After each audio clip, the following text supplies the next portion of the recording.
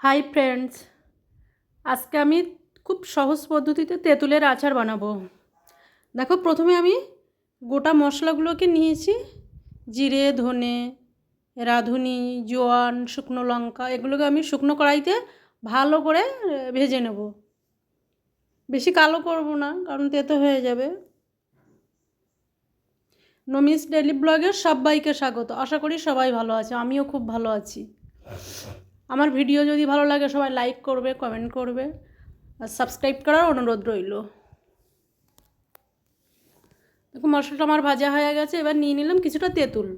তেঁতুলের রঙটা দেখো কালো, এটা অনেক পুরানো তেঁতুল। তেঁতুলটাকে আমি জল দিয়ে নরম করে নেব। ভিডিওটা দেখতে থাকো। দেখো, তেঁতুলটা আমার রেডি হয়ে গেছে। এবার গোটা মশলাগুলোকে আমি গুঁড়ো করে নেব মিক্সিতে।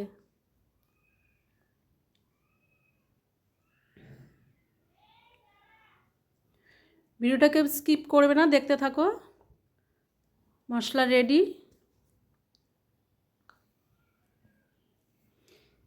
এবার আমি একটা প্যানে লাল বাতাসা আমি মিক্স করে নেব, কারণ আমি এখানটা গুড় দেব না, কারণ গুড়ের একটা গন্ধ ছাড়ে, তাই আমি বাতাসাটা নিলাম।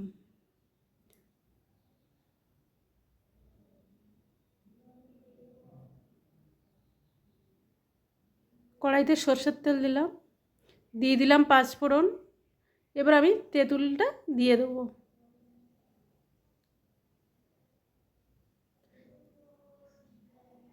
তেঁতুলের আচার খেতে খুব টেস্টি হয়। এটা যে কোনো ফাস্টফুডের সাথে বা ভাত ডাল সব কিছুতেই চলে। টক জিনিসটা সবাই পছন্দ করে আর বেশ ভালো লাগে। দেখো, তেঁতুলটাকে আমি ভালো করে নাড়িয়ে নেব।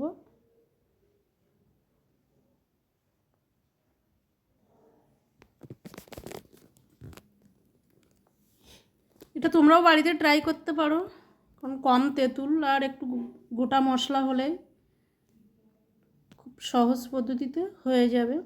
দেখো, আমি দিয়ে দিলাম নুন। নুনটা আমি প্রথমেই দিয়ে দিলাম। যদি জল ছাড়ে কড়াইতে, দেখো, তেঁতুলটা আমি ভালো করে নাড়িয়ে নেব সুন্দরভাবে। তেঁতুলটাকে আমি, তেঁতুলের যে একটা টক গন্ধ থাকে সেটা আর থাকবে না। দিয়ে দিলাম আমি বাতাসাটা। দেখো, এর ফ্লেভারটাও সুন্দর আসবে। ভালো করে মিক্সড করে নেব।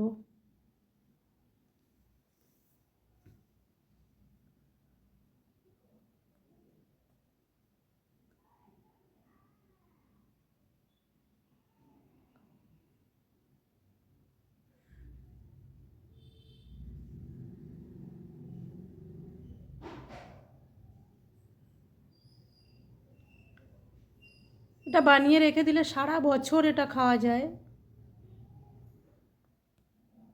খুব সুন্দরভাবে তেঁতুলের আচারটা হয়ে গেল।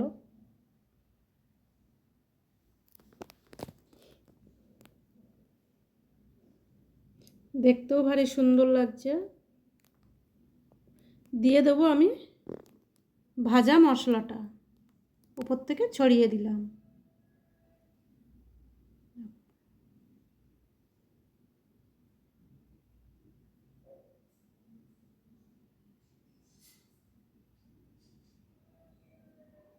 ভাজা মশলার ফ্লেভার, টক ঝাল মিষ্টি, দারুণ টেস্টি।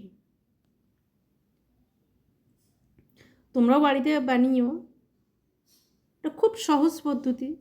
তারপরে দেখো, আমি তেঁতুলের আচারটা ঠান্ডা করে নিলাম। নেওয়ার পরে এরকম একটা কাঁচের জারে আমি ভরে নেব। এটা সারা বছর রাখা যাবে।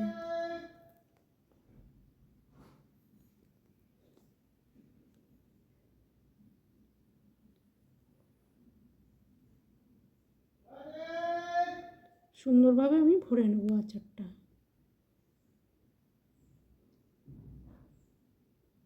আবার দেখা হবে অন্য দিনে অন্য কোনো ভিডিওতে।